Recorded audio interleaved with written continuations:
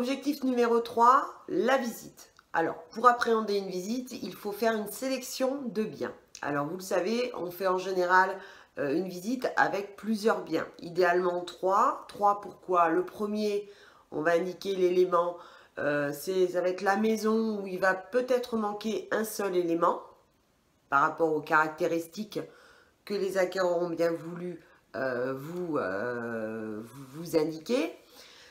Le bien sélectionné en numéro 2, eh bien, sera l'élément, le bien que vous avez décidé de leur vendre, puisque vous avez su de leurs désirs les mener à plutôt leurs besoins, et ce bien-là correspond à leurs besoins.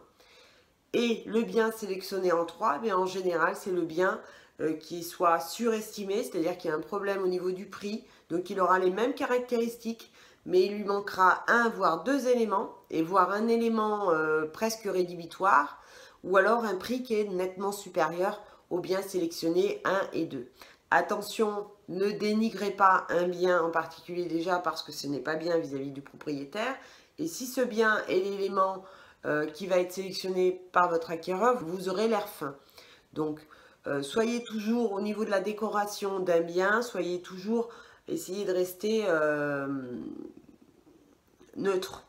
Ne donnez pas vos goûts, à moins que vous ayez vraiment bien cerné les goûts des acquéreurs, c'est-à-dire s'ils sont plutôt dans du contemporain et que la maison est un peu vieillotte.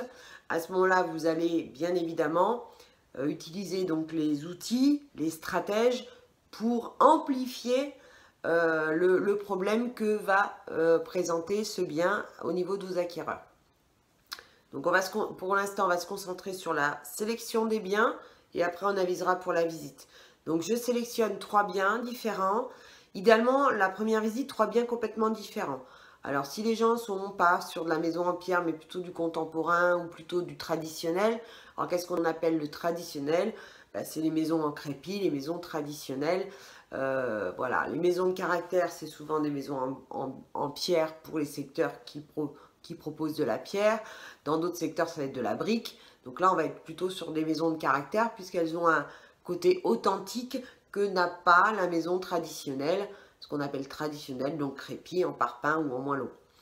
Donc essayez, si vraiment votre acquéreur est en début ou en phase de comparaison, essayez de cerner quel est le type de bien qui va lui correspondre. Et à ce moment-là, vous allez faire une sélection de biens qui vont être similaires en termes de caractéristiques et en termes de prix, avec en général une différence au niveau du prix, donc de prestations.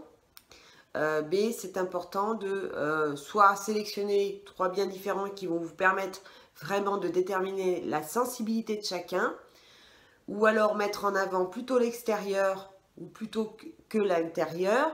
Ça, c'est vous qui allez, selon la découverte, savoir qu'est-ce que vous allez primer pour votre sélection. Si on est sur des gens qui ont déjà visité, qui connaissent un peu le secteur, qui connaissent le prix du marché, qui connaissent les prestations, là, sélectionnez des biens qui sont similaires, pas les mêmes, hein, attention, vous préservez-les pour une autre visite s'il y a besoin. Ne faites jamais une sélection où les 3 biens sont similaires à 99%. Parce que là, vous allez créer un malaise, les personnes ne pourront pas choisir. Alors, c'est vous qui allez choisir pour eux. Donc, évidemment, en premier lieu, lors de la première visite, puisque vous allez leur faire voir que vous êtes des bons, vous allez sélectionner la maison qui se rapproche le plus de leurs besoins et des caractéristiques demandées. Et du budget, bien évidemment, voire à un budget inférieur, ce qui va leur permettre vraiment de se lancer dans l'aventure de l'acquisition d'un bien par votre intermédiaire. Si vous êtes avec des personnes qui ne savent pas trop, à ce moment-là, sélectionnez 3 biens complètement différents, avec les mêmes critères. Quand je parle de critères, ça va être, s'ils ne veulent pas de voisinage proche, sans voisinage proche. Le nombre de chambres, ça, les chambres, c'est important. Les personnes ont tendance à avoir du mal à faire des concessions concernant les chambres, surtout en résidence principale. S'ils ont 2 enfants et qu'ils veulent 3 chambres, ne leur faites pas voir une maison avec 1 chambre et demie, ça n'a aucun intérêt. Ou alors c'est vraiment l'élément de confortation, c'est-à-dire que ça va être le bien que l'on va sélectionner en 3e position qui fera l'élément de confortation sur le bien numéro 2 ou sur le bien numéro 1. Donc on ne dénigre absolument pas aucun bien, on ne sait jamais. Ça m'est arrivé un jour, j'ai dénigré un bien, ça m'a servi de leçon, c'est le bien que les personnes ont acheté. Je peux vous assurer que ça, enfin j'ai dénigré la décoration intérieure et ça leur plaisait en tout point. Donc j'ai eu l'air d'une imbécile et c'est pas très professionnel, je l'avoue. Voilà, donc premier lieu, alors si une maison se trouve à 1 km de l'agence, la deuxième que vous avez sélectionnée, elle est à 30 minutes et que la troisième est à 2 minutes, n'y voyez pas votre confort personnel, mais plutôt la stratégie. Donc même s'il vous faut faire 60 km pour aller voir le deuxième bien et retourner au même endroit, eh bien tant pis. Vraiment, soyez très vigilants quant à la sélection, elle est très importante, elle est psychologiquement indispensable pour une transaction réussie. Donc au niveau de la visite, maintenant on a fait notre sélection, en général essayez quand même de contenter la personne qui vous a contacté en premier lieu pour visiter ce bien.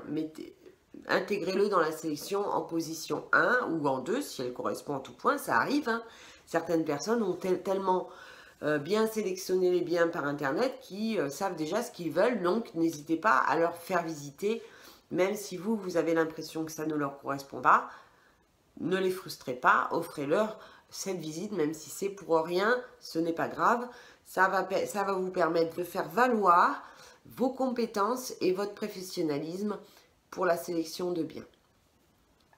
Quand vous allez arriver à la visite, en partant de l'agence, soit vous prenez votre propre véhicule. Lors du trajet, cela va vous permettre de continuer la découverte acquéreur. Si vous amenez vos clients, bien sûr, une voiture propre, de façon à que quand les acquéreurs viennent dans votre voiture, ils aient quand même aussi une continuité de votre professionnalisme. C'est toujours mieux d'avoir une voiture qui soit propre et que les personnes soient vraiment confortablement installées pour que vous puissiez les mener à l'objet de leur désir. Ou alors, deuxième solution, ils vous suivent. Attention, vous n'allez pas avec eux lors du débriefing de la première maison, par exemple, ou de la deuxième ou de la troisième. Donc, mettez-les à l'aise par rapport à ça. C'est bien de les emmener avec soi. Déjà parce qu'il y a certains biens où nous avons des problèmes pour se garer. Donc, si on arrive à 2 voitures, c'est toujours compliqué. Donc voilà, idéalement, vous les amenez avec vous. C'est toujours mieux et vous maîtrisez vraiment votre rendez-vous de A à Z. Donc on arrive dans un lieu, donc on aborde en premier lieu, bien évidemment, les limites de la propriété. En leur indiquant que plus loin, alors soit ça mène à un cul-de-sac, donc il y aura moins de passages, soit ça va mener à un village, donc il y aura peut-être des commerces de proximité. Donc n'hésitez pas à parler de l'environnement. Au niveau du voisinage, ils sont tous super sympas. Ils sont vraiment géniaux. Il n'y a pas de voisins désagréables, etc. Surtout pas. S'il y en a, vous avez briefé votre vendeur, bien évidemment, hein, pour qu'il ne fasse pas son petit laïus concernant le voisinage. Bien sûr, votre propriétaire est prévenu de votre visite, vous en avez les clés, et là c'est encore mieux. Mais surtout, votre propriétaire, il va à ses occupations et il vous laisse faire votre visite sereinement. Donc, une fois que vous avez abordé les extérieurs, vous proposez à vos acquéreurs de découvrir l'intérieur du bien. Si vous avez les clés, mettez la clé dans la serrure et vous laissez ouvrir la dame de façon à lui donner l'impression qu'elle rentre chez elle. Vous savez que les 10 premières secondes, les 20-30 premières secondes sont les secondes les plus importantes lors d'une visite. Donc, on va espérer que la maison sent une agréable odeur de pain chaud. Vous aurez bien sûr briefé votre vendeur hein, pour que lorsque vous arrivez, les volets ne soient pas fermés, etc. Ou alors, c'est vous, si vous avez les clés et si vous savez que cette maison n'est pas habitée, vous entrez en premier lieu, vous leur proposez de profiter des extérieurs et vous filez dans l'intérieur pour mettre, bien évidemment, en valeur la maison dans la luminosité. Vous allumez, s'il pleut, vous allumez toutes les lumières, tant pis, de façon à qu'ils aient vraiment une mise en valeur des volumes intérieurs, surtout dans les espaces de vie. Voilà, donc laissez-les entrer, ça ne sert à rien de... Alors, le séjour, l'entrée, s'il y a un placard à l'entrée, bien évidemment, vous ouvrez ce placard, tant pis, hein, ils ne sont pas là pour regarder les effets des propriétaires, mais tout simplement voir qu'il est toujours pratique d'avoir un placard dans l'entrée. Les toilettes invitées, s'il y en a, vous les faites découvrir. l'espace de vie, vous les laissez et vous vous posez, laissez les gens s'imprégner des lieux. Alors en général, lorsque je fais une visite, ce que je propose aux personnes, c'est de leur faire visiter avec mon accompagnement la totalité du bien, donc toutes les pièces. Et à ce moment-là, ensuite, vous leur proposez de revisiter tous les deux, ou seuls, ou à 3, ou à 4, seuls la maison, de façon à qu'ils puissent les uns et les autres échanger entre eux sans qu'il y ait l'agent immobilier derrière. Ils vont être frustrés, ils ne pourront pas dire ce qu'ils ressentent et ils ne pourront pas ressentir ce qui est important ou éventuellement échanger des a priori ou des désavantages que l'autre personne peut soit désamorcer ou peut amorcer. Bien évidemment, vous avez l'oreille tendue, hein, vous êtes hyper concentré lors de cette visite. Vous regardez surtout lors d'une première visite comment réagissent vos acquéreurs. Madame à l'intérieur, au niveau de l'espace de vie, c'est très important. Et monsieur sur l'extérieur, au niveau de l'orientation, méfiez-vous de l'orientation avec les messieurs. Le plein sud, ils connaissent. On appréhende donc les espaces de vie, la cuisine. Donc vous allez bien réexpliquer qu'est-ce qui reste dans cette cuisine, si elle est aménagée et équipée ou si elle ne l'est pas. Dites bien quels sont les éléments, l'électroménager qui va rester, de façon à qu'ils sachent si ce bien retient leur attention, qu'ils fassent quand même un investissement au niveau de la cuisine, s'il n'y a pas de cuisine, etc.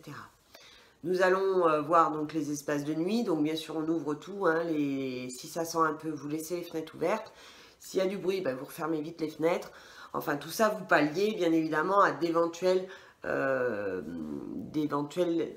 désavantages de la maison. Avant la visite, lorsque vous serez dans la voiture, s'il y a un élément qui est rédhibitoire ou qui est un peu dommage pour la maison, n'hésitez pas à en faire tout un pataquès. Je vous dis n'importe quoi, toutes les peintures sont vertes. Faites un flanc de ces peintures en disant, alors là vous allez voir, vous allez dans la jungle, le vert est horrible. C'est pas pour dénigrer le bien, c'est simplement pour amplifier vous allez amplifier le côté désagréable de cet élément-là. L'intellect, le cerveau, l'imagination des personnes va se mettre en route et va amplifier le problème. Du coup, quand ils vont arriver, ils vont être surpris du fait que vous en ayez fait un pataquès et du coup, ça va amoindrir le problème de cette maison. Donc, de toute façon, si elle est sélectionnée, c'est qu'elle peut quand même leur correspondre. Donc, quand on a un point négatif d'un bien, on l'amplifie de façon à que les personnes vous disent, non, mais en fin de compte, c'est pas si terrible, quoi. Voilà, et c'est gagné.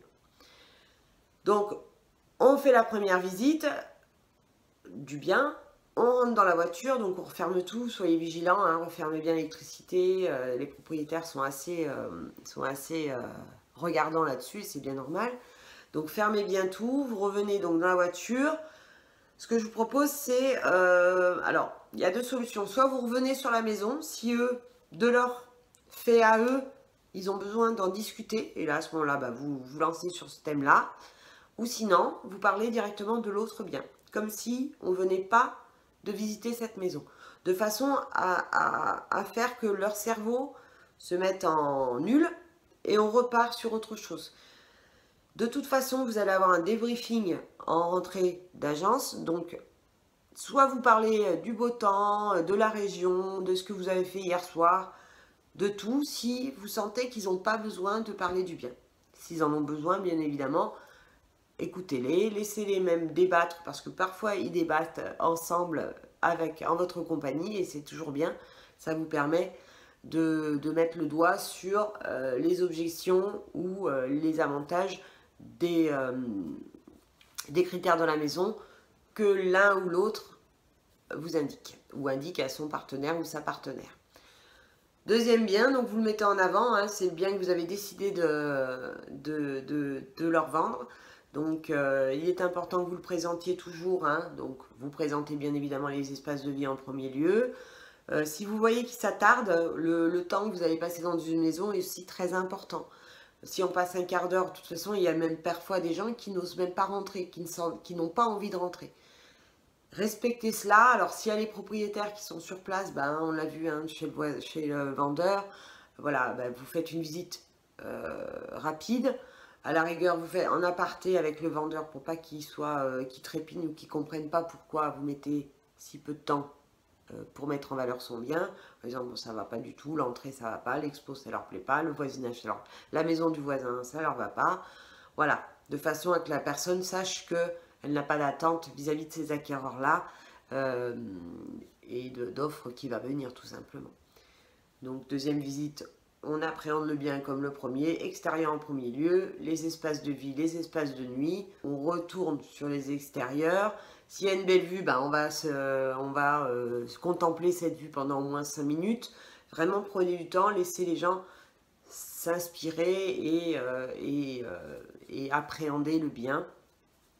C'est important. Laissez-les aussi, si vous sentez qu'ils ont besoin de retourner dans un espace ou dans une pièce ou à l'intérieur, proposez-leur bien évidemment avant de partir de revenir visiter le bien ou de revoir le bien.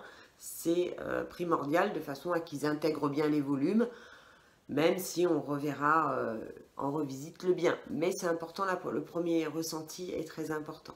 Troisième bien, bah, c'est pareil, on va y mettre aussi une belle énergie, voire même plus d'énergie, et essayer de mettre en valeur plus de choses, tout simplement parce que si vous avez fait une belle sélection, eh bien eux, ça va les conforter sur le bien d'avant. Voilà, donc la visite, si ils ont des questions techniques, lorsque vous êtes parti, j'ai oublié de vous l'indiquer, mais dites-leur bien que vous ne prenez pas les éléments techniques de la maison, que ce que vous voulez, c'est qu'ils s'imprègnent des lieux, que tout ce qui est technique, pratique, etc., on le reverra à l'agence, qui va vous permettre de les ramener à l'agence pour un autre rendez-vous. Voilà, donc une visite, on prend son temps, c'est pas à la course. Vous les avez bien prévenus qu'il vous fallait du temps pour visiter. S'il y a un bien qui vraiment est rédhibitoire, ben faites-y attention, parce que ça vous permet aussi encore plus de découvrir vos acquéreurs. Voilà, nous avons abordé le thème de la visite. On a bien évidemment d'autres thèmes à aborder. Je vous dis donc à tout à l'heure pour le retour à l'agence. À vite.